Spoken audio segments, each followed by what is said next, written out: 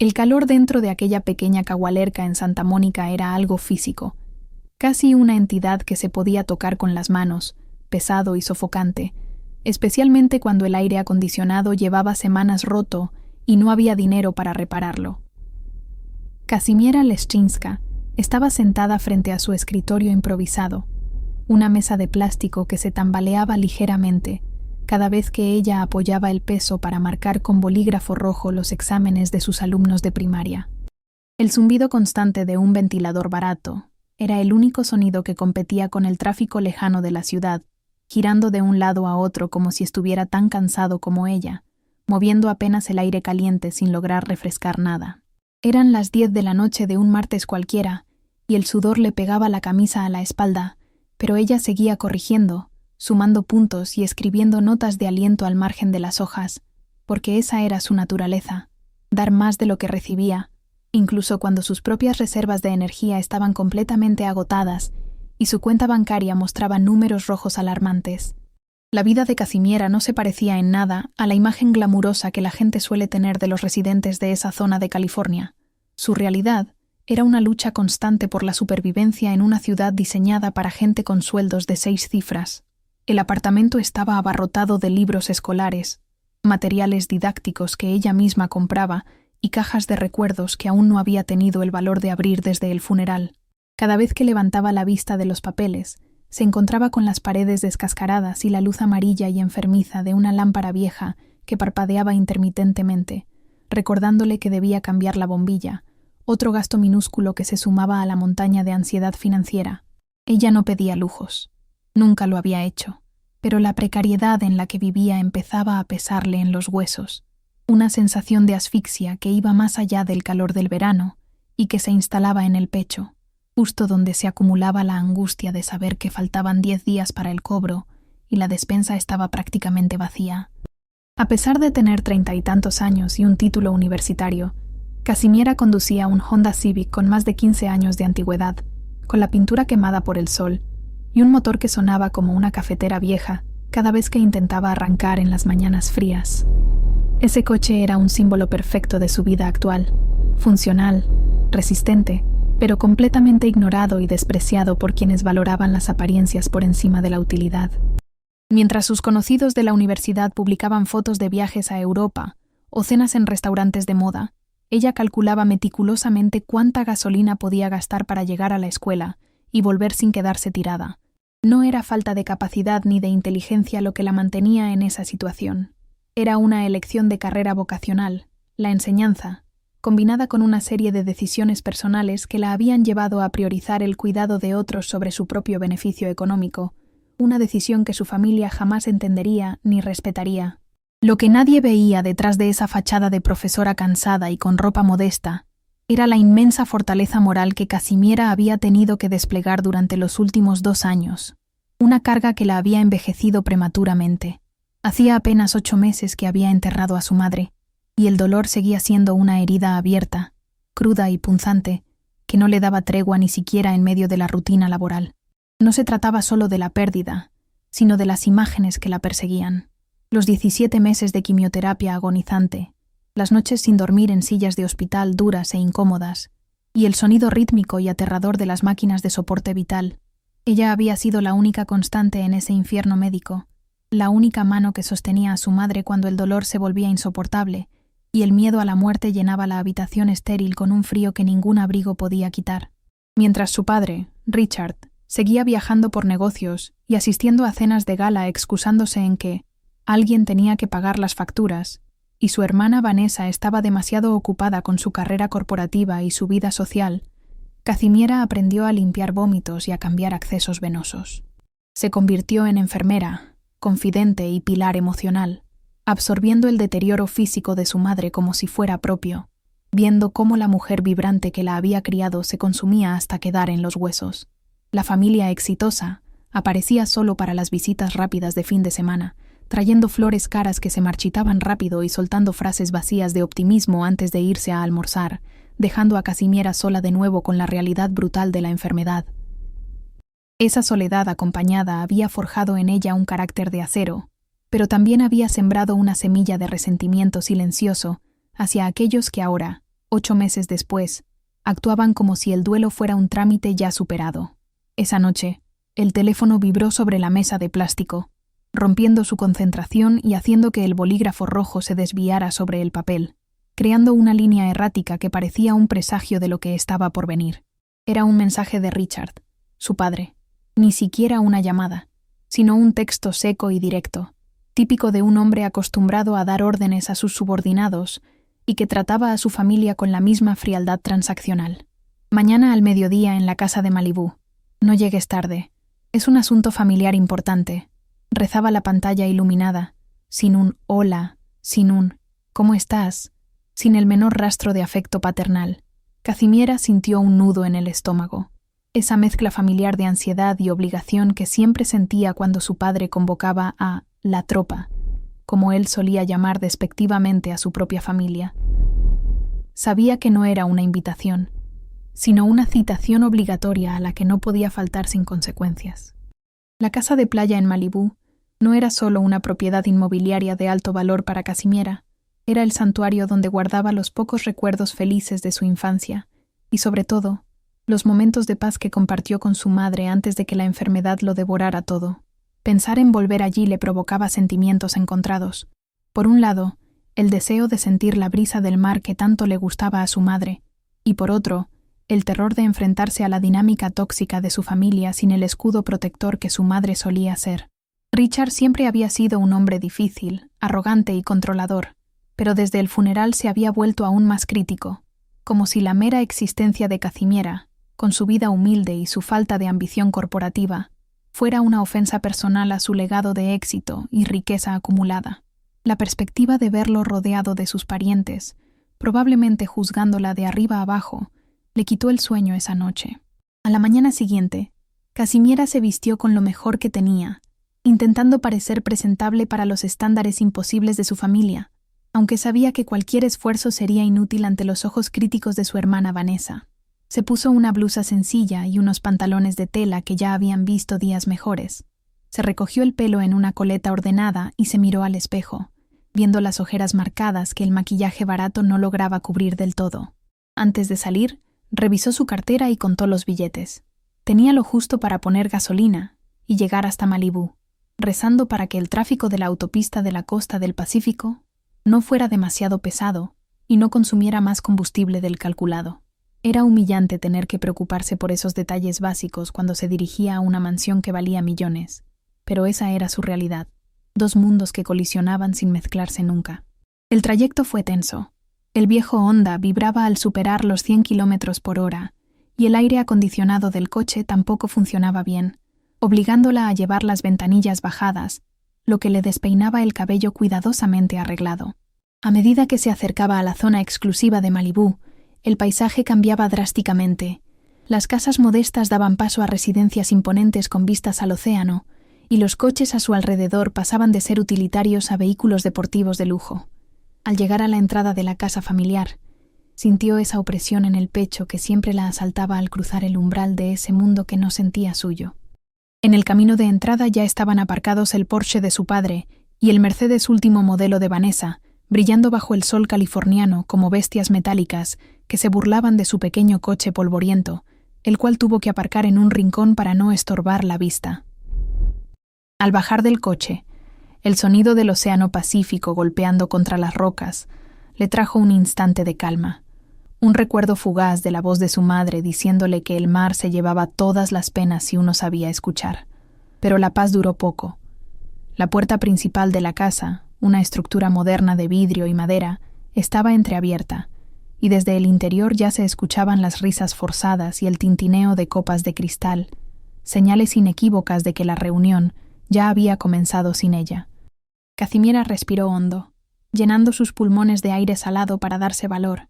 Se alisó la ropa arrugada por el viaje y caminó hacia la entrada, sintiéndose como una intrusa en su propia historia, sin saber que ese día, en esa casa llena de fantasmas y rencores, su vida estaba a punto de cambiar para siempre de una manera que jamás habría imaginado.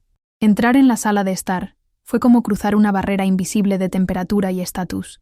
El aire acondicionado estaba puesto a una temperatura gélida, un contraste violento con el calor natural de fuera que te golpeaba la piel.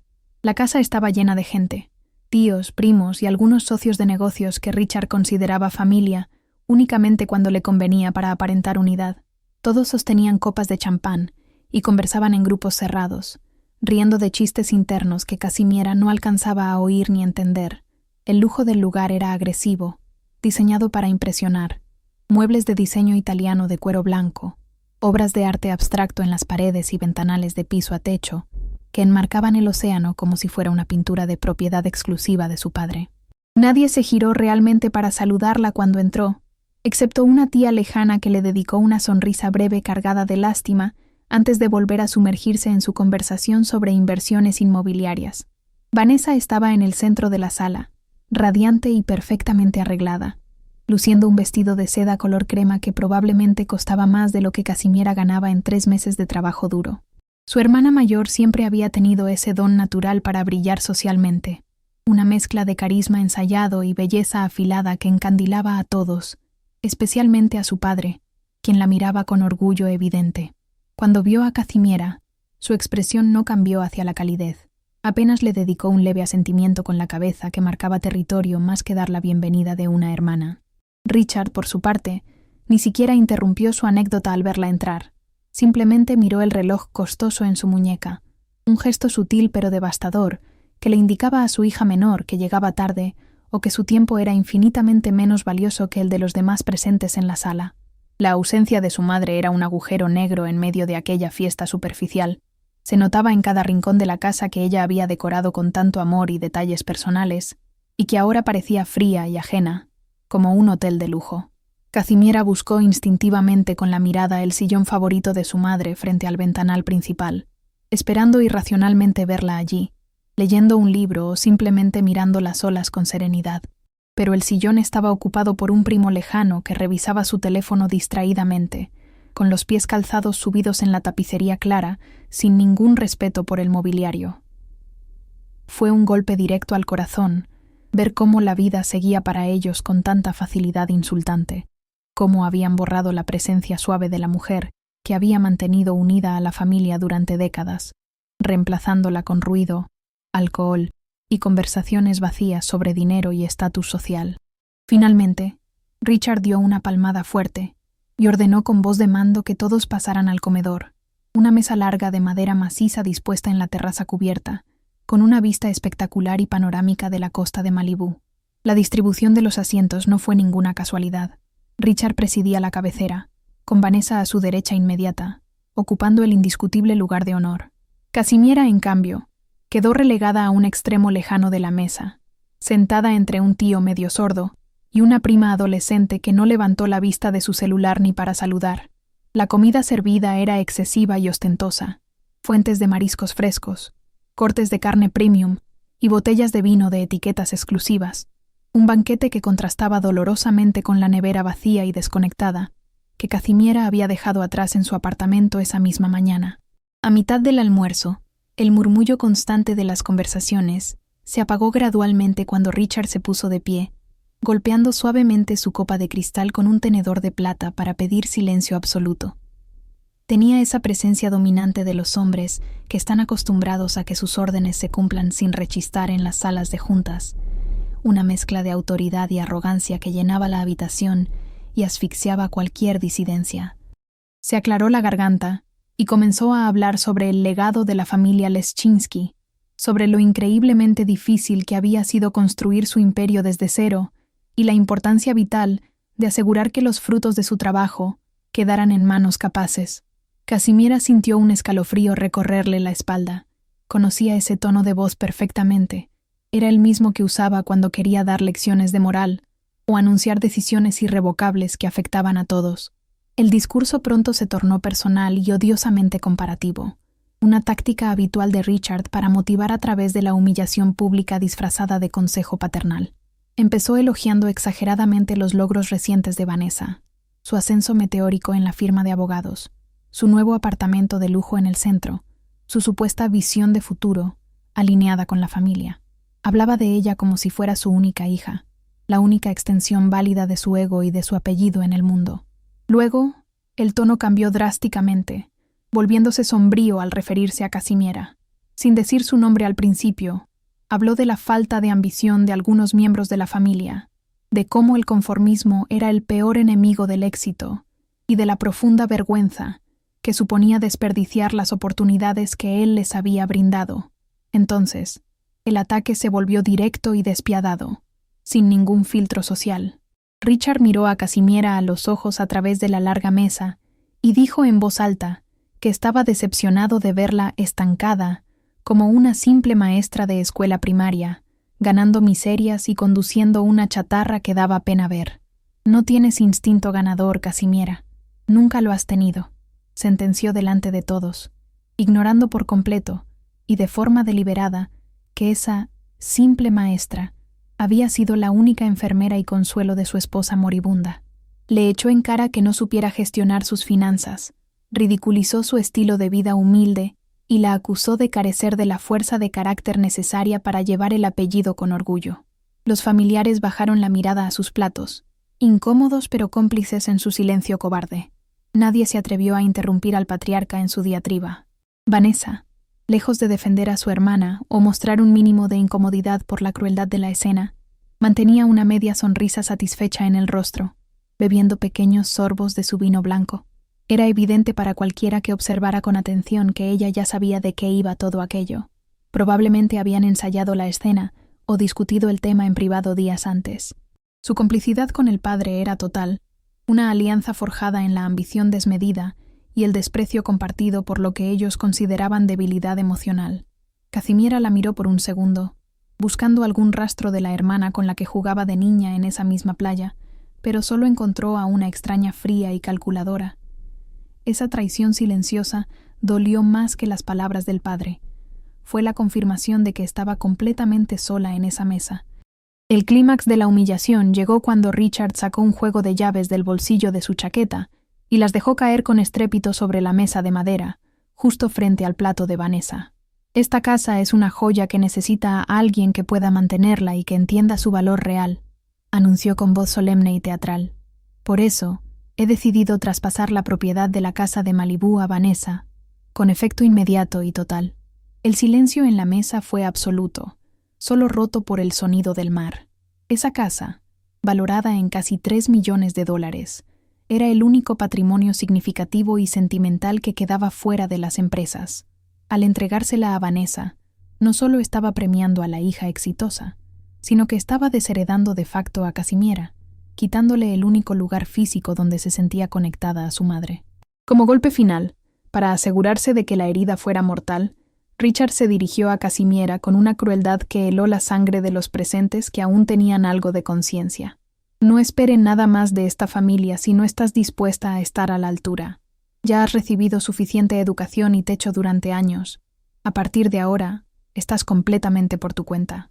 La frase resonó en el aire salado de la terraza, como una sentencia de exilio. Casimiera sintió un zumbido agudo en los oídos. El mundo pareció detenerse por un instante, y la visión se le nubló en los bordes por la presión arterial. No era solo por el dinero o la casa, era el mensaje explícito de que su sacrificio, su amor y su dedicación absoluta durante la enfermedad de su madre no valían nada para ellos. En ese instante, bajo el peso aplastante de la humillación pública, Casimiera sintió que la sangre le golpeaba las sienes con una violencia que amenazaba con ensordecerla, borrando el sonido de las olas y el murmullo incómodo de los invitados. Podía sentir el calor subiéndole por el cuello hasta las mejillas, no de vergüenza, sino de una indignación pura y primitiva que le quemaba la piel, mientras los ojos de todos se clavaban en ella como agujas. Su primer impulso, visceral y humano, fue gritar, volcar la mesa con toda esa comida obscenamente cara y escupirles la verdad a la cara, recordarles quién había limpiado la mierda y la sangre, quién había estado allí cuando la muerte rondaba la casa. Pero algo en la mirada de triunfo de su padre la detuvo. Richard esperaba precisamente eso, un estallido histérico que confirmara su teoría de que ella era débil, emocional e inestable, indigna de cualquier responsabilidad seria. En lugar de darle el espectáculo que quería, Casimiera accedió a una frialdad desconocida, que brotó desde lo más profundo de sus entrañas, una calma inquietante que congeló el aire a su alrededor. Se puso de pie lentamente, sin arrastrar la silla, con movimientos tan controlados que parecían mecánicos, y miró a su hermana directamente a los ojos, ignorando por completo al resto de la mesa. «Felicidades, Vanessa. Te mereces todo lo que papá te da», dijo con una voz suave, carente de cualquier inflexión irónica, lo que la hizo sonar aún más aterradora. Fue una despedida definitiva, no una capitulación. En esa frase había un corte limpio, como el de un bisturí, separándose emocionalmente de la farsa que tenía delante. La sonrisa de Vanessa titubeó por una fracción de segundo, confundida por la falta de lágrimas o gritos, incapaz de procesar una dignidad que ella, con todo su dinero, jamás podría comprar. Sin esperar respuesta, Kazimiera dio media vuelta y caminó hacia la salida de la terraza, con la espalda recta y la cabeza alta, sintiendo cómo el silencio sepulcral de la familia se le pegaba a la nuca. Cada paso sobre el mármol pulido resonaba como un martillazo en su propia conciencia, marcando la distancia que crecía entre ella y ese mundo de opulencia vacía. Nadie se levantó para detenerla, ni un tío, ni un primo. Nadie tuvo la decencia humana de seguirla y preguntar si estaba bien. Esa inacción colectiva fue la confirmación final de que allí no había lazos de sangre reales, solo intereses compartidos y miedo al patriarca. Al cruzar el umbral hacia la puerta principal, dejó atrás el aire acondicionado y el olor a perfume caro, y la realidad la golpeó de nuevo en la forma del sol abrasador de la tarde californiana. Llegar al coche fue una odisea física. Las manos le temblaban tanto que tardó varios intentos en conseguir meter la llave en la cerradura del viejo Honda, que ahora parecía un horno de metal bajo el sol. El interior del vehículo estaba hirviendo. El volante quemaba al tacto y el aire estaba viciado, pero ella se encerró allí como si fuera un búnker, buscando desesperadamente un espacio donde nadie pudiera verla desmoronarse. A través del parabrisas sucio, vio como un camarero pasaba por la terraza sirviendo más vino, y la normalidad de esa escena le revolvió el estómago. Arrancó el motor con un rugido asmático que rompió la elegancia del barrio y salió marcha atrás sin mirar, desesperada por huir de esa casa que, minutos antes, había sido su único refugio mental y ahora era territorio enemigo. El trayecto de vuelta a Santa Mónica fue un borrón de lágrimas y furia contenida. Conducía por inercia, con la visión nublada por el llanto que finalmente se permitió liberar una vez que estuvo lejos de las miradas juiciosas. Los sollozos eran secos, dolorosos, de esos que te roban el aire y te hacen doler las costillas, una mezcla de tristeza profunda y de rabia impotente. Golpeó el volante varias veces, gritando contra el ruido del motor, maldiciendo a su padre, a su hermana y al universo entero por la injusticia cósmica de todo aquello. ¿De qué servía ser buena persona? ¿De qué servía el sacrificio, la lealtad y el amor incondicional si al final ganaban los egoístas y los crueles? La carretera costera, normalmente hermosa, se convirtió en un túnel gris de asfalto y desesperanza. Al llegar a su apartamento, la realidad de su vida la golpeó con una fuerza renovada y brutal. Abrió la puerta de su cagualerca y el calor acumulado durante el día la recibió como una bofetada, junto con el olor a papel viejo y a soledad. Se dejó caer en el sofá desgastado sin siquiera encender la luz, quedándose a oscuras mientras el atardecer teñía de naranja las persianas cerradas. Allí, en el silencio de su pobreza material, la sensación de traición se transformó en algo más complejo y doloroso. No era solo el dinero o la casa de la playa, era la sensación de haber sido borrada de la historia familiar, de que su existencia no importaba en absoluto. Se sentía como una niña pequeña abandonada en un bosque oscuro, esperando que alguien viniera a buscarla, pero sabiendo en el fondo que nadie vendría. Lo que más le dolía, lo que realmente le desgarraba el alma en esa oscuridad, era una sensación de traición por parte de su madre. Kazimiera miró al techo, con los ojos hinchados, y le habló al vacío, preguntándole en voz baja por qué había permitido que esto sucediera. «Me dijiste que todo estaría bien, mamá. Me prometiste que cuidarías de mí», susurró entre sollozos, sintiéndose estúpida por hablarle a un fantasma. Recordaba las conversaciones en el hospital, la mirada de complicidad de su madre, la seguridad con la que le decía que no debía preocuparse por el futuro. Sentir que esa promesa había sido mentira, o peor aún, una fantasía de una mujer moribunda sin poder real, era el golpe de gracia. Se sentía desamparada no solo por los vivos, sino también por los muertos. Las horas pasaron y la noche cayó por completo sobre Santa Mónica, Pero Kazimiera no se movió del sofá, ni siquiera para beber agua o quitarse la ropa elegante que ahora sentía como un disfraz ridículo. El hambre le rugía en el estómago, recordándole que no había probado bocado en el banquete, pero la apatía era más fuerte que la necesidad física. Su mente daba vueltas en círculos obsesivos, repasando cada palabra cruel de su padre, cada gesto de desdén de Vanessa, diseccionando la humillación una y otra vez hasta que el dolor se volvió casi anestésico. Estaba en el fondo del pozo, en ese lugar oscuro donde la esperanza parece una broma de mal gusto, y donde uno empieza a creer que tal vez, solo tal vez, el padre tenía razón, y ella era una fracasada. Fue entonces, en medio de ese estupor depresivo, cuando un recuerdo muy específico se abrió paso entre la niebla de su mente, brillante y nítido como un relámpago. No fue un recuerdo visual, sino auditivo, la voz rasposa y débil de su madre, apenas 2 días antes de morir, cuando ya casi no podía hablar, y Richard y Vanessa habían salido de la habitación para atender una llamada urgente. Su madre le había hecho señas para que se acercara, tirando de su mano con una fuerza sorprendente para su estado, y le había susurrado algo al oído que en ese momento, entre el dolor y la morfina, Kazimiera no había terminado de procesar o entender del todo. El correo, la carpeta antigua, solo para tus ojos casi, había dicho, usando el apodo de la infancia que solo ella utilizaba. Kazimiera se incorporó en el sofá, con el corazón latiendo un poco más rápido, sacudida por la claridad repentina de esa memoria que había quedado enterrada bajo el trauma del duelo y la gestión del funeral. Hasta ese momento, había asumido que eran delirios, palabras inconexas fruto de la medicación paliativa, pero ahora, con la crueldad de su padre fresca en la memoria, las piezas empezaban a encajar de una forma diferente. Se levantó tambaleándose, con las piernas entumecidas, y buscó su ordenador portátil entre la pila de exámenes corregidos. Al abrir la tapa, la luz azul de la pantalla iluminó su rostro cansado, proyectando sombras largas en la habitación. Con dedos temblorosos, pero impulsada por una intuición que le gritaba que allí había algo importante, abrió el navegador y se dirigió a la cuenta de correo personal de su madre, de la cual tenía la contraseña, porque ella se la había gestionado durante la enfermedad. Entrar en la bandeja de entrada del correo de su madre fue como abrir una cápsula del tiempo digital, un mausoleo de comunicaciones cotidianas que ahora parecían sagradas. Había cientos de correos sin leer, promociones de tiendas, notificaciones de citas médicas antiguas y boletines de noticias a los que nunca se dio de baja.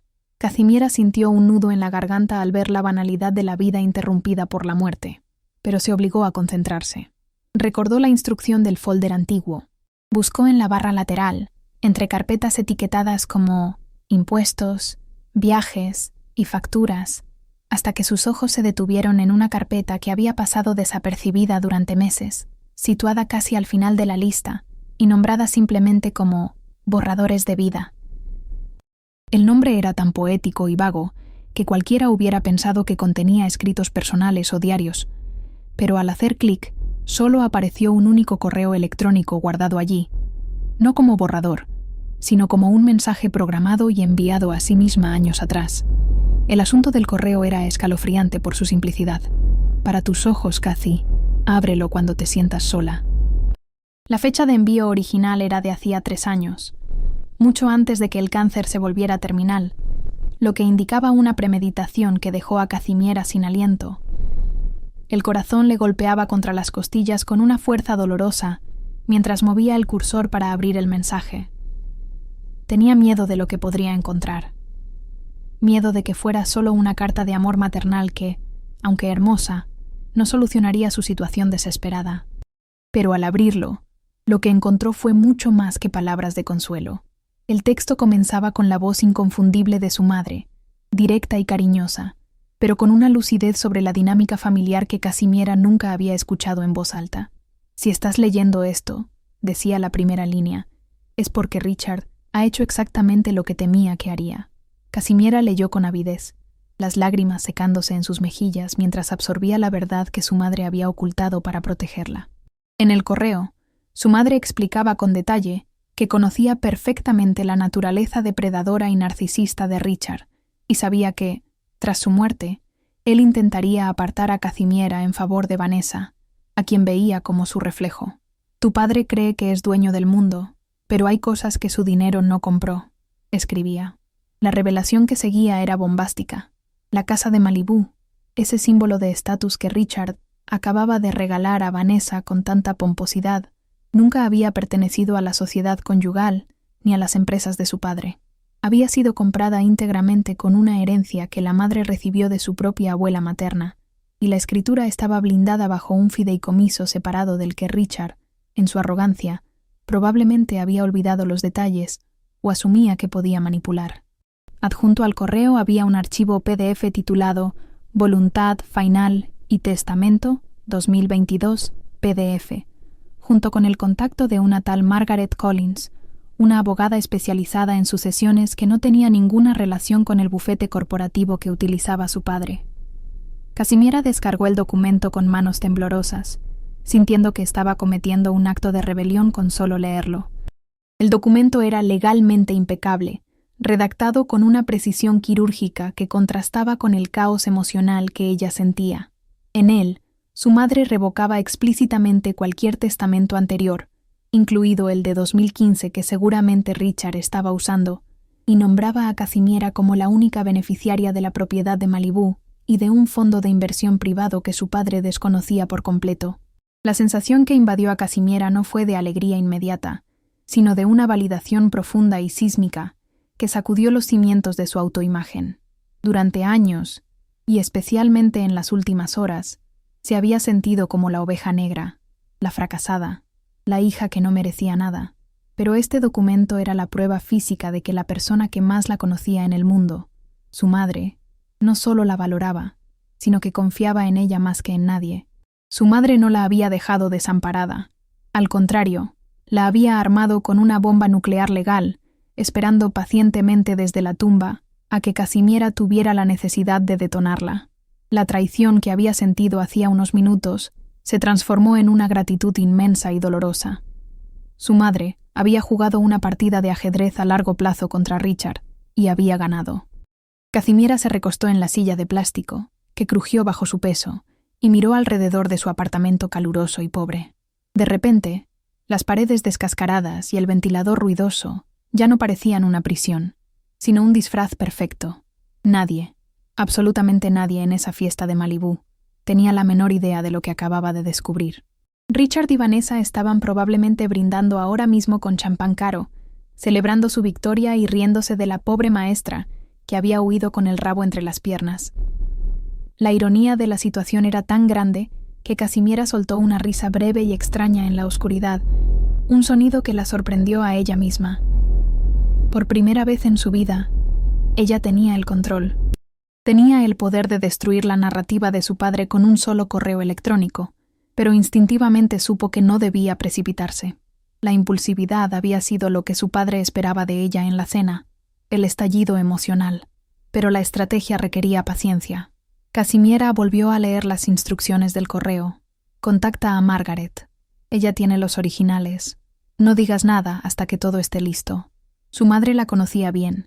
Sabía que su bondad natural podría hacerla dudar, así que le había dejado un plan de batalla paso a paso. Casimiera miró el número de teléfono de la abogada y lo guardó en su celular bajo un nombre falso. Servicio técnico. Por pura paranoia.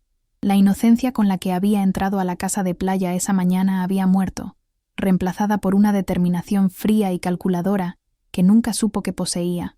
No se trataba de venganza por despecho. Se trataba de justicia. Se trataba de honrar la voluntad de su madre frente a la codicia de quienes la habían ignorado en su lecho de muerte.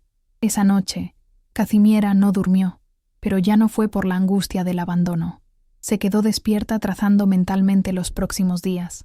Sabía que su padre intentaría comprarla para evitar que hiciera ruido o para limpiar su propia conciencia. Era su modus operandi habitual. Probablemente le ofrecería una suma insultante de dinero en efectivo a cambio de que firmara algún documento de renuncia o simplemente para que no avergonzara a la familia con su pobreza. Casimiera decidió que jugaría ese papel. Dejaría que la subestimaran. Dejaría que pensaran que estaba derrotada, que no tenía recursos ni voluntad para pelear. Cuanto más confiados estuvieran, más fuerte sería el golpe cuando cayera el martillo de la realidad legal. Al amanecer, Con los primeros rayos de sol entrando por la persiana rota, Casimiera se dio una ducha fría para despejarse. El agua helada le ayudó a centrar sus pensamientos. Se miró al espejo y vio que las ojeras seguían ahí, pero la mirada de perro apaleado había desaparecido. Había un brillo nuevo en sus ojos, una dureza que recordaba, irónicamente, a la de su padre en los negocios, pero motivada por el amor y la verdad en lugar de la avaricia. Se vistió con su ropa de trabajo habitual, preparó su café barato y salió hacia la escuela como cualquier otro día. Mientras conducía su viejo Honda, vio pasar un coche de lujo y por primera vez no sintió envidia ni inferioridad. Sabía algo que ellos no sabían. Ella era la dueña legítima de la casa de Malibú. Solo era cuestión de tiempo para que el mundo se enterara. A media mañana, aprovechando el recreo de sus alumnos, Casimiera se encerró en su coche en el estacionamiento de la escuela para hacer la llamada más importante de su vida. Le temblaban las manos al marcar el número de Margaret Collins. El teléfono sonó 2 veces antes de que una voz femenina, madura y profesional, contestara. «Bufete Collins, buenos días». Casimiera respiró hondo. Cerró los ojos por un segundo para invocar la imagen de su madre y dijo con voz firme: «Hola, soy la hija de Elena Leschinska. He encontrado el correo. Necesito ejecutar el testamento de 2022». Hubo un breve silencio al otro lado de la línea, seguido por un tono de voz que denotaba alivio y reconocimiento. «La estaba esperando, señorita Casimiera. Tenemos mucho trabajo que hacer». El despacho de Margaret Collins no tenía nada que ver con las torres de cristal y acero desde las que operaban los abogados de su padre. Estaba situado en un edificio antiguo de ladrillo, visto en Pasadena. Un lugar discreto que olía a madera vieja y a café recién hecho. Margaret era una mujer de unos 60 años, con el pelo gris cortado en un estilo práctico y una mirada que analizaba todo sin juzgar, transmitiendo una competencia tranquila que calmó los nervios de Casimiera nada más entrar. No hubo formalidades innecesarias ni pérdidas de tiempo. La abogada tenía sobre su escritorio una copia física del expediente de Elena, la madre de Casimiera, y trataba esos papeles con una reverencia que ningún socio corporativo habría mostrado jamás. Para Margaret, esto no era solo un trámite sucesorio, era el cumplimiento de una promesa hecha a una amiga que sabía que se estaba muriendo y que temía por el futuro de su hija más vulnerable. Durante la siguiente hora, Casimiera escuchó en silencio, mientras la abogada desgranaba la estrategia legal, con una claridad asombrosa. Le explicó que la casa de la playa estaba protegida dentro de un fideicomiso irrevocable que su madre había creado años atrás, usando su apellido de soltera, una maniobra brillante que la mantenía fuera del alcance de los activos matrimoniales compartidos con Richard. El documento de 2022 no solo era un testamento, sino una instrucción ejecutiva al fideicomisario, la propia Margaret, para transferir el control total a Casimiera tras el fallecimiento. «Tu padre va a intentar presentar el testamento de 2015 en la corte testamentaria», advirtió Margaret, ajustándose las gafas. «Él cree que ese es el último documento válido. Nuestra estrategia es dejar que lo haga. Dejaremos que él y Vanessa crean que han ganado hasta el último segundo posible». La idea de mantener el secreto y tenderle una trampa legal a su propia familia le revolvía el estómago a Casimiera al principio. No por miedo, sino porque iba en contra de su naturaleza transparente. Sin embargo, recordar la frialdad de la escena en la terraza de Malibú, las risas de Vanessa y la humillación pública le dio la fuerza necesaria para asentir. Acordaron que no dirían nada, que no enviarían ninguna carta de cese y desistimiento prematura que pudiera alertarlos. El silencio sería su mejor arma.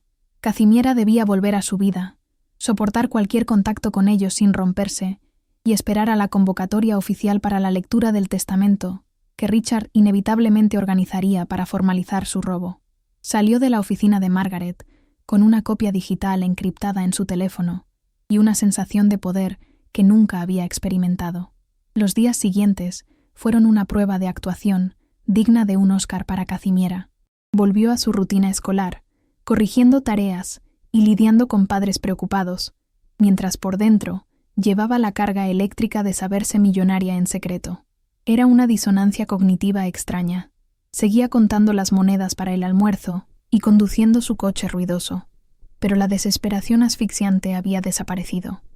Cuando sus colegas se quejaban de los precios del alquiler o de la falta de presupuesto para materiales, Ella escuchaba y asentía, pero su mente estaba en otra parte, visualizando la casa de la playa, no como un trofeo, sino como su futuro hogar y refugio. Esa esperanza secreta era lo único que la mantenía cuerda mientras veía en las redes sociales las publicaciones de Vanessa, fotos de nuevos proyectos y vistas al mar, insinuando que ya estaba tomando posesión de la propiedad. Tal como había predicho su intuición, el contacto de su padre llegó apenas 4 días después del desastre en Malibú. No fue una llamada personal, sino un correo electrónico de su asistente ejecutiva, citándola en las oficinas corporativas de Richard en el centro de Los Ángeles para discutir asuntos pendientes de manutención y cierre. La frialdad del mensaje, tratando a su hija como a un proveedor externo con el que hay que rescindir contrato, fue hiriente, pero Casimiera ya estaba blindada. Se puso su mejor ropa de trabajo, respiró hondo y condujo hasta el rascacielos, aparcando su Honda entre los Teslas y BMWs del estacionamiento subterráneo. Al subir en el ascensor de cristal, sintió que subía al escenario para su última gran actuación como la hija derrotada. La oficina de Richard era un monumento a su ego, enorme, situada en la esquina del piso 40, con vistas panorámicas de la ciudad que él sentía poseer. Él ni siquiera se levantó de su silla ergonómica de cuero cuando ella entró. Se limitó a señalar una silla frente a su escritorio inmenso, manteniéndola a distancia. Vanessa no estaba allí, lo cual indicaba que Richard quería manejar la parte sucia del negocio solo. Sin preámbulos emocionales, fue directo al grano. «Mira, Casimiera, sé que la situación del otro día fue tensa», dijo, usando un eufemismo ridículo para describir la humillación pública. «Pero tienes que entender que el patrimonio familiar debe ser gestionado por quienes tienen la aptitud para hacerlo crecer. Vanessa está preparada. Tú, seamos honestos, te ahogarías con los impuestos de esa propiedad en un año». Entonces llegó el momento que Margaret había anticipado, el intento de compra de conciencia. Richard abrió un cajón y sacó un cheque bancario ya preparado, deslizándolo sobre la superficie pulida del escritorio hacia ella. «No quiero que digas que tu padre no te cuida. Aquí tienes $50,000. Es suficiente para que te compres un coche decente, arregles tu apartamento o hagas lo que sea que hagas. Pero a cambio, quiero que firmes este documento renunciando a cualquier reclamo futuro sobre la herencia de tu madre o las propiedades familiares». Casimiera miró el cheque. $50,000. Para una maestra en apuros, era mucho dinero. Solucionaría sus deudas inmediatas. Pero comparado con los 2,8 millones de la casa y el valor incalculable de la dignidad de su madre, eran migajas insultantes. Casimiera sintió una oleada de asco, pero mantuvo su rostro impasible, canalizando toda su fuerza interior para no lanzarle el cheque a la cara. Recordó las instrucciones de Margaret. No firmes nada, pero no rechaces nada explícitamente. Sé ambigua. Miró a su padre a los ojos, viendo por primera vez al hombre pequeño y asustado que se escondía detrás del traje caro, un hombre que pensaba que el dinero podía tapar cualquier grieta moral. «Necesito pensarlo, papá», dijo con voz suave, casi sumisa. «Es mucha información para procesar y necesito leer bien lo que estoy firmando». Richard soltó un resoplido de impaciencia, pero asintió, confiado en que la necesidad económica de su hija la haría volver arrastrándose en un par de días para cobrar ese dinero. «Tómate un par de días, pero no tardes. El equipo legal quiere cerrar esto antes de fin de mes», sentenció él, volviendo su atención a la pantalla de su ordenador, dándola por despedida. Casimiera tomó el cheque y el documento de renuncia sin firmar, los metió en su bolso y salió de la oficina sin decir adiós. Mientras caminaba hacia el ascensor, el corazón le latía desbocado. Tenía en sus manos la prueba física del desprecio de su padre, la evidencia de que él creía que podía comprar su silencio y su herencia por una fracción de su valor. Ese cheque no era un regalo, era un insulto, y ella lo guardaría como munición. Al salir del edificio, llamó a Margaret desde el coche. «Me ha ofrecido 50,000», dijo. La abogada soltó una risa seca al otro lado de la línea. «Qué barato le sale el amor paternal. Guárdalo todo. No firmes. Esperamos a la lectura oficial». La espera final fue corta pero agónica. Una semana después, llegó la notificación oficial del bufete de abogados de la familia. La lectura formal y distribución de bienes se llevaría a cabo el viernes siguiente a las 10:00 am. El lenguaje de la carta era definitivo, asumiendo que el testamento de 2015 era la única ley vigente. Casimiera sintió una mezcla de terror y adrenalina. Sabía que ese día sería el punto de no retorno. Vanessa ya había publicado en Instagram una foto de unas llaves nuevas con el caption "Nuevo capítulo", recibiendo cientos de likes y felicitaciones falsas. Casimiera miró la pantalla de su móvil, acarició la pantalla donde tenía guardado el PDF de 2022 y susurró para sí misma: «Disfrútalo mientras dure, hermana. El viernes se acaba el espectáculo». La mañana del viernes amaneció con un cielo gris plomizo, habitual en la costa cuando la niebla marina no se ha levantado, lo que añadía una atmósfera de solemnidad casi cinematográfica al día. Casimiera se despertó antes de que sonara la alarma, con el estómago cerrado por una mezcla de náuseas y determinación fría. Sabía que no habría vuelta atrás después de cruzar la puerta de aquel bufete. Eligió su vestimenta con el cuidado de quien se prepara para una batalla, un traje sastre negro que había pertenecido a su madre y que ella había mandado ajustar, un gesto simbólico para sentir que Elena entraba con ella a la sala. Se reunió con Margaret en una cafetería cercana al edificio de oficinas del padre media hora antes de la cita. La abogada estaba tranquila, revisando una última vez los documentos en su maletín de cuero desgastado, y al ver llegar a Casimiera, simplemente asintió con una seguridad que disipó gran parte del temblor que la joven sentía en las manos. «Recuerda, Cassie», le dijo mientras pagaba los cafés, «hoy no eres la hija menor, eres la ejecutora de la voluntad de una mujer que fue más lista que todos ellos». El edificio del bufete Harrison & Partners, donde Richard manejaba todos sus asuntos legales, era una fortaleza de cristal en el distrito financiero, diseñada para intimidar a cualquiera que entrara con menos de 7 cifras en la cuenta bancaria. Desde el momento en que Casimiera y Margaret pusieron un pie en el vestíbulo de mármol, se sintió el peso de la maquinaria corporativa. Recepcionistas que apenas levantaban la vista, guardias de seguridad que escaneaban identificaciones con desconfianza y un silencio reverencial en los ascensores rápidos. Al llegar al piso indicado, fueron conducidas a una sala de conferencias esquinera, con una mesa de caoba tan larga que parecía una pista de aterrizaje y unas vistas de la ciudad que gritaban poder. Richard y Vanessa ya estaban allí, sentados uno al lado del otro como un frente unido, con sus propios abogados flanqueándolos. La mirada que Richard le lanzó a Margaret fue de pura confusión, sin entender qué hacía esa abogada de barrio en su territorio. El abogado principal de Richard, un hombre llamado señor Sterling, con un traje impecable y una sonrisa de tiburón, inició la reunión con una puntualidad británica y un tono de voz que destilaba condescendencia burocrática. Abrió una carpeta gruesa sobre la mesa y comenzó a explicar el protocolo, tratando a Casimiera como si fuera una niña que necesitaba que le explicaran palabras sencillas. Richard tamborileaba los dedos sobre la mesa, impaciente, claramente viendo esto como un trámite molesto que le quitaba tiempo de su agenda real. Vanessa, por su parte, ni siquiera miraba a su hermana. Estaba revisando correos en su teléfono, proyectando una imagen de aburrimiento estudiado, segura de que la casa de la playa ya era suya y que esta reunión era solo el sello de goma final para oficializar su victoria. El ambiente estaba cargado de una electricidad estática desagradable, una tensión unilateral donde ellos creían tener todas las cartas. Sterling procedió a la lectura del Último Testamento y Voluntad, fechado en octubre de 2015, un documento redactado cuando la madre de Casimiera aún estaba sana y, aparentemente, bajo la fuerte influencia de Richard en la gestión de los bienes conyugales. Las cláusulas eran predecibles y dolorosas. La mayoría de los activos líquidos pasaban al control de Richard, y las propiedades inmobiliarias, incluida la casa de Malibú, se asignaban a un fideicomiso familiar, del cual Vanessa sería la beneficiaria principal tras la muerte de la madre, bajo la premisa de mantener el patrimonio en manos de la gestión activa. Casimiera escuchaba en silencio, sintiendo cómo cada palabra legal era un borrador que intentaba eliminar su importancia en la familia. Según ese papel, ella recibiría una suma nominal y el afecto de su familia, una frase que sonó tan hueca en esa sala fría que casi provocó una risa histérica en su garganta. Cuando Sterling terminó de leer, se hizo un silencio satisfecho en el lado de la mesa de Richard.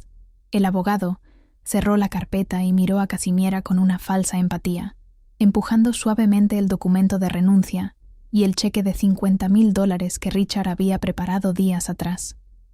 Como puede ver, señorita Leszczyńska, la voluntad de su madre era clara en cuanto a la protección del patrimonio. dijo Sterling suavemente. Su padre, en un gesto de generosidad adicional, ha dispuesto este fondo para ayudarla en su transición. Todo lo que necesitamos es su firma aquí para cerrar el expediente y evitar litigios costosos e innecesarios. Richard se inclinó hacia adelante, con esa mirada de depredador que huele la sangre, y añadió: «Firma, Cazimiera. No compliques las cosas. Es lo mejor para todos y lo sabes. Mamá hubiera querido paz». Fue en ese preciso instante, justo cuando la presión parecía insoportable, cuando Margaret Collins se aclaró la garganta. El sonido fue suave, pero en el silencio de la sala resonó como un disparo. «Disculpe, señor Sterling», dijo con una voz calmada pero firme, ignorando por completo a Richard.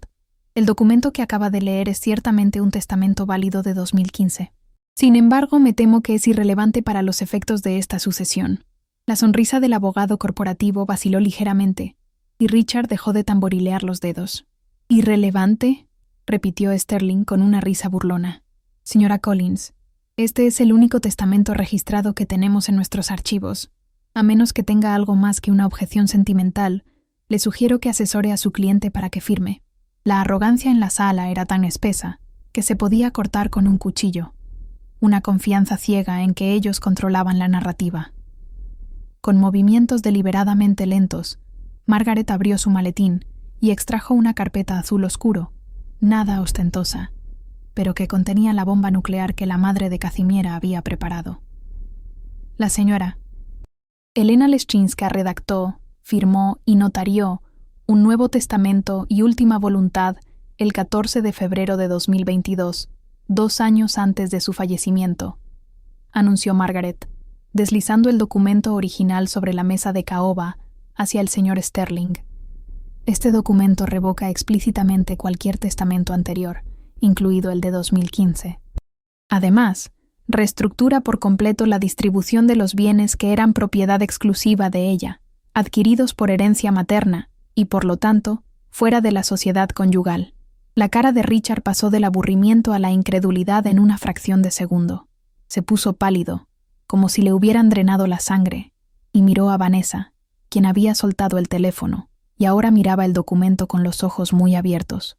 El señor Sterling tomó el documento con escepticismo, listo para despedazarlo con argumentos legales técnicos, pero a medida que sus ojos recorrían las páginas, su expresión se transformó en una máscara de preocupación profesional grave. Revisó los sellos notariales, las firmas de los testigos y la redacción de las cláusulas. Todo estaba blindado. No era un documento hecho en una servilleta. Era un trabajo legal impecable. Esto parece auténtico», murmuró Sterling, más para sí mismo que para los demás, olvidando por un momento su lealtad a Richard ante la evidencia irrefutable. Richard, perdiendo la compostura, le arrancó el papel de las manos a su abogado y comenzó a leer frenéticamente, buscando algún error, alguna falla, algo que le permitiera gritar que era falso. «Esto es imposible. Elena no hacía nada sin consultarme». «Ella no entendía de leyes», bramó, golpeando la mesa, revelando su verdadera naturaleza controladora. Margaret continuó hablando, imperturbable ante el estallido de ira. Según la cláusula 4 de este testamento vigente, la propiedad ubicada en Malibú, al ser un bien privativo de la difunta, pasa a ser propiedad absoluta y exclusiva de su hija, Cazimiera Leszczyńska, con efecto inmediato. La abogada hizo una pausa para dejar que el peso de la frase cayera sobre ellos como una losa de concreto. Además, el fideicomiso de inversión que contiene los remanentes de su herencia personal también se transfiere a Cazimiera. Vanessa queda excluida de estos bienes específicos, citando, y leo textualmente las palabras de su madre, por haber recibido ya en vida suficientes adelantos y oportunidades que su hermana no tuvo. La sala quedó en un silencio sepulcral, roto solo por la respiración agitada de Richard y el sonido del aire acondicionado. Cazimiera miró a su hermana y vio cómo la máscara de mujer de éxito se desmoronaba. Vanessa no estaba triste por la pérdida de su madre. Estaba aterrorizada por la pérdida del activo. Su mirada saltó de las llaves de la casa que había puesto sobre la mesa al principio de la reunión, con tanta presunción, al rostro impasible de Cazimiera. Por primera vez en su vida, Cazimiera no bajó la mirada. Sostuvo el contacto visual con su hermana y luego con su padre, sintiendo una calma oceánica. No había triunfo malicioso en su corazón, solo la certeza absoluta de que la justicia existía. «No voy a firmar tu renuncia, papá», dijo Casimiera con una voz suave que cortó el aire. «Y tampoco quiero tu cheque. Solo quiero las llaves de mi casa, de la casa de mamá». La reacción de Richard ante la negativa de su hija y la evidencia del documento fue una explosión de ira narcisista que llenó la sala de una energía tóxica. Se levantó de golpe, tirando su silla hacia atrás con violencia, y comenzó a caminar de un lado a otro frente al ventanal, gesticulando y gritando incoherencias sobre la traición de su esposa muerta. No podía procesar que Elena, la mujer silenciosa a la que había ignorado durante años, hubiera tenido la audacia y la inteligencia de planear esto a sus espaldas. Para él, no se trataba de la legalidad del testamento, sino de una afrenta personal a su autoridad absoluta. Sentía que le habían robado algo que consideraba suyo por derecho divino, independientemente de cuyo nombre estuviera en la escritura. Acusó a Casimiera de manipular a su madre en su lecho de muerte, lanzando insultos desesperados que solo demostraban su total desconexión con la realidad de los últimos meses de vida de Elena. El señor Sterling, recuperando su pragmatismo legal y viendo que el barco se hundía, intervino para evitar que su cliente dijera algo que pudiera ser usado en su contra en un futuro litigio. Se acercó a Richard y le habló en voz baja pero urgente, señalando cláusulas específicas del documento de 2022 que hacían cualquier impugnación no solo inútil, sino peligrosa para su reputación pública.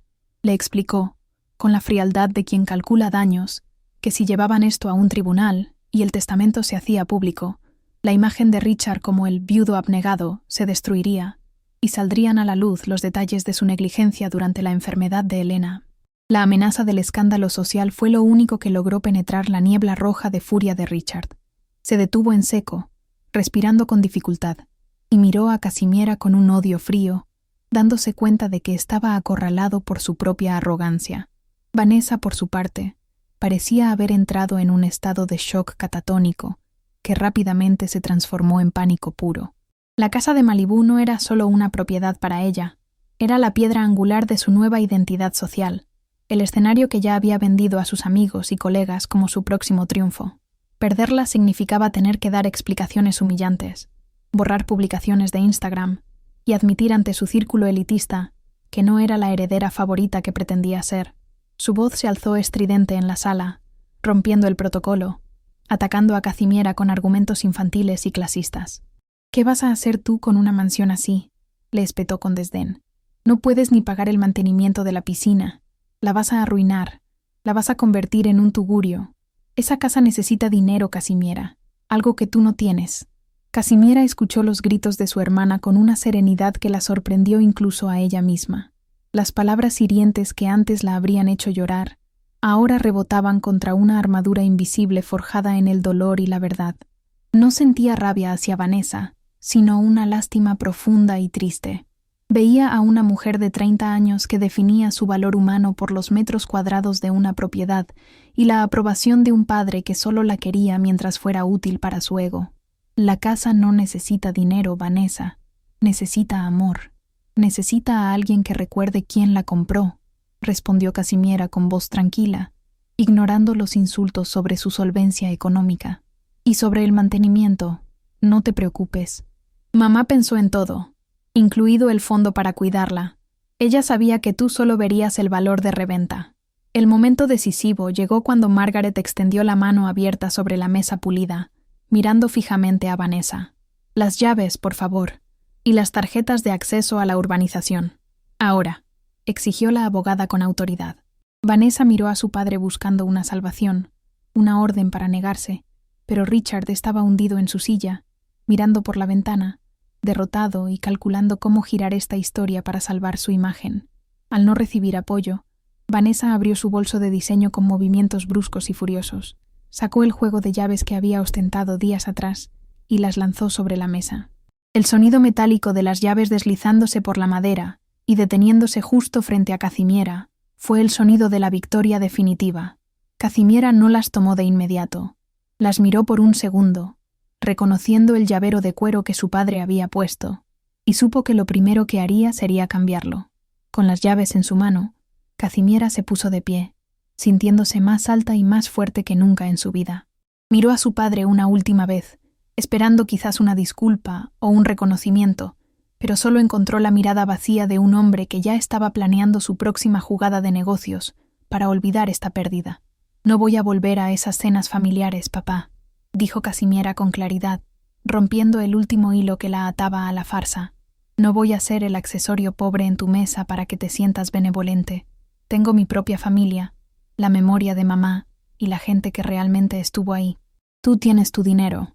Espero que te sirva de consuelo cuando te enfermes». Richard no respondió, pero un tic nervioso en su mandíbula delató que el golpe había dado en el blanco. La salida de la oficina fue un ejercicio de dignidad suprema. Casimiera y Margaret caminaron hacia la puerta de cristal esmerilado sin mirar atrás, dejando tras de sí un silencio denso y miserable. Al cruzar el umbral y entrar en el pasillo alfombrado, el aire pareció volverse más ligero, como si la presión atmosférica hubiera cambiado de repente.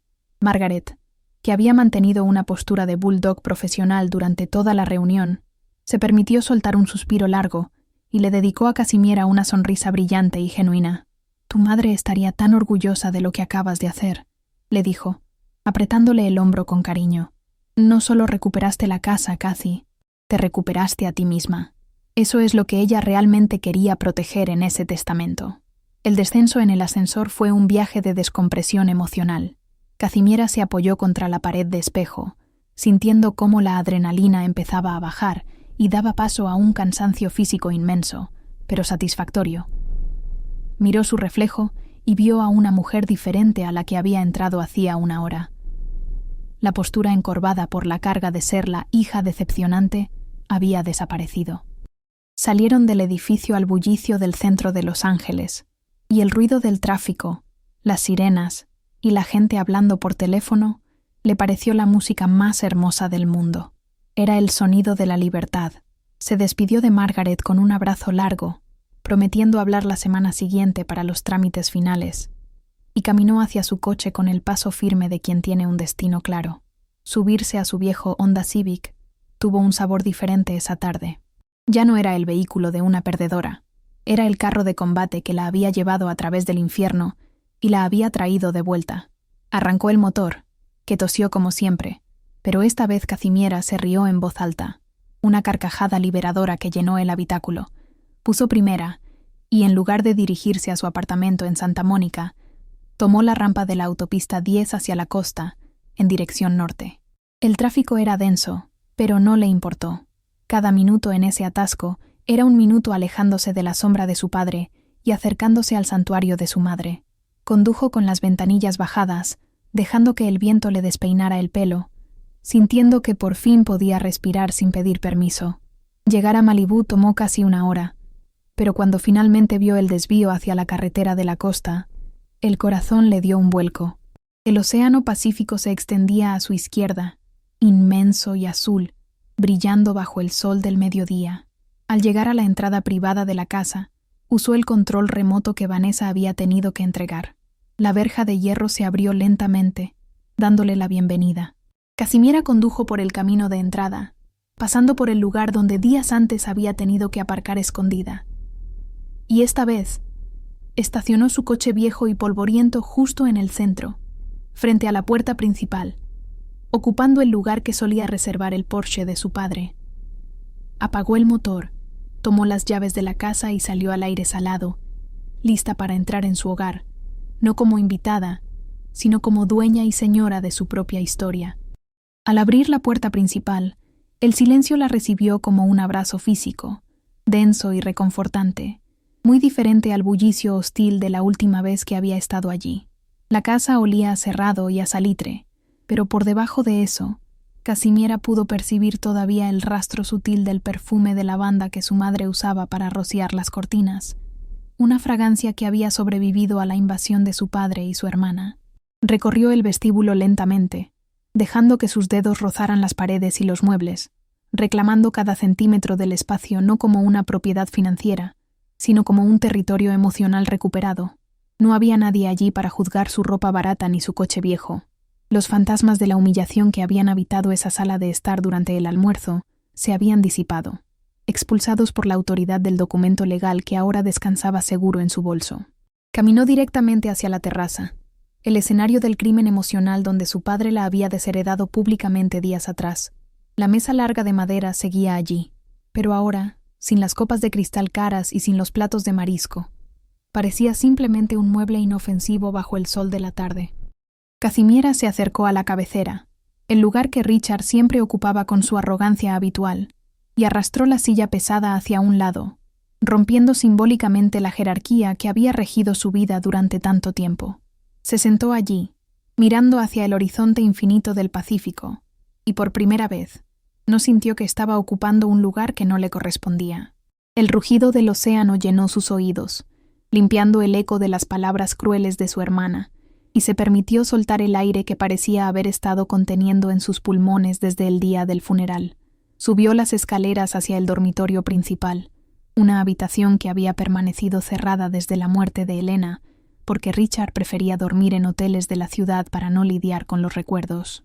Al girar el pomo, el corazón le dio un vuelco. Todo estaba exactamente como su madre lo había dejado. El libro a medio leer en la mesita de noche, las zapatillas de estar por casa al pie de la cama, y sobre el tocador, el pequeño joyero de madera donde guardaba sus tesoros más simples. Allí, entre collares de perlas y anillos antiguos, Kazimiera encontró lo que buscaba instintivamente: el viejo llavero de concha marina que ella misma le había hecho a su madre en un campamento de verano cuando tenía 10 años. Richard siempre lo había despreciado por considerarlo basura artesanal, pero Elena lo había guardado como si fuera un diamante.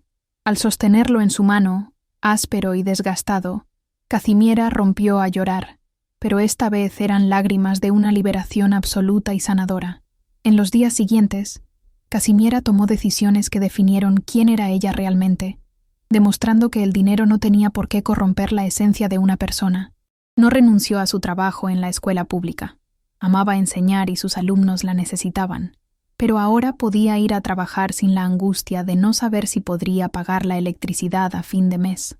La casa de Malibú tenía una casa de huéspedes separada, una pequeña construcción encantadora que Vanessa había planeado convertir en un gimnasio de lujo o en un estudio de yoga para sus amigos.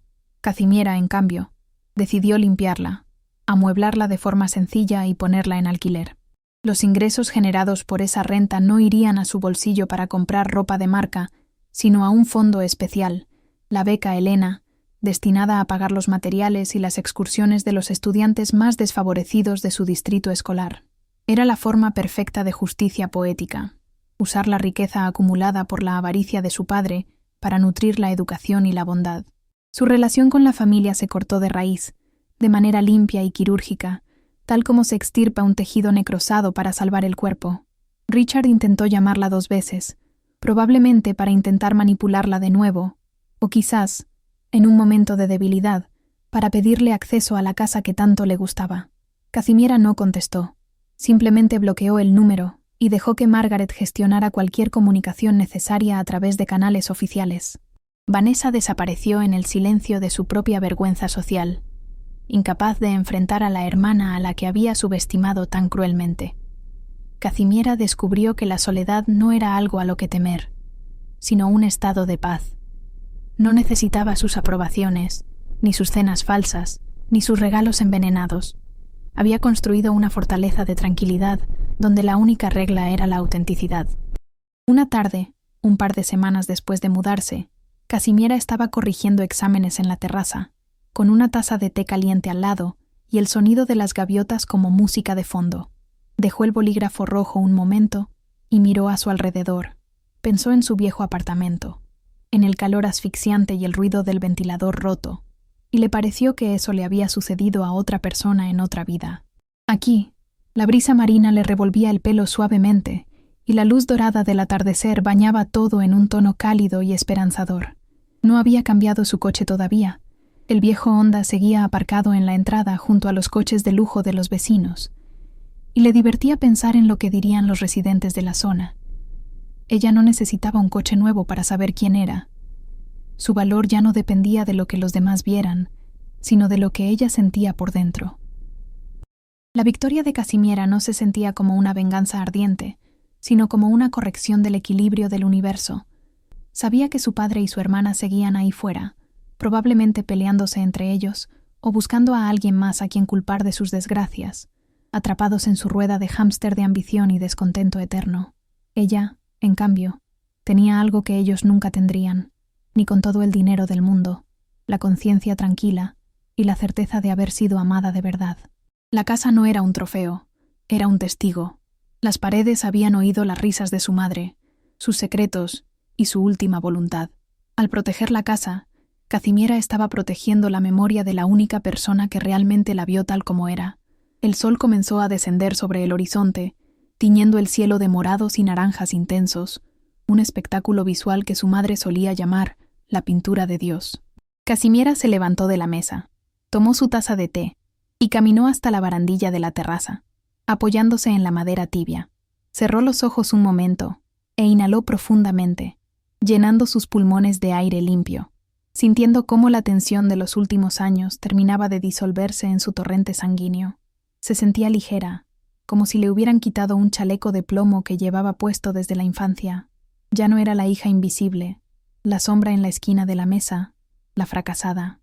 Era la dueña de su destino, la guardiana de su historia, y la mujer que había tenido el valor de decir «basta». Abrió los ojos y miró directamente al sol poniente, con una sonrisa serena dibujada en el rostro, una expresión que recordaba mucho a la de Elena en sus mejores días. Sacó del bolsillo el viejo llavero de concha y lo apretó con fuerza en su puño, sintiendo sus bordes irregulares clavarse en la palma de su mano como un recordatorio físico de la realidad. «Lo logramos, mamá», susurró al viento, sabiendo que las palabras no se las llevaría el aire, sino que quedarían ancladas allí, en ese hogar que ahora era un santuario de paz. No había nadie alrededor para escucharla, y eso era lo mejor de todo. No había actuación, no había público, solo ella, la verdad y el mar. Cazimiera se quedó allí hasta que el sol desapareció por completo y las primeras estrellas empezaron a puntuar el cielo oscuro sobre el océano. El sonido rítmico de las olas rompiendo contra la orilla abajo era constante, eterno, indiferente a los dramas humanos, y eso le dio una perspectiva final reconfortante. Entró en la casa, cerró la puerta de cristal tras de sí y echó el cerrojo, dejando fuera la noche y el pasado. Se preparó una cena sencilla en la cocina amplia y silenciosa y se sentó a comer en paz, saboreando cada bocado de su nueva vida. Había ganado la batalla más importante de todas, no la batalla por una herencia, sino la batalla por su propia dignidad, y mientras apagaba las luces para irse a dormir en su propia casa, supo que, por fin, todo estaba bien.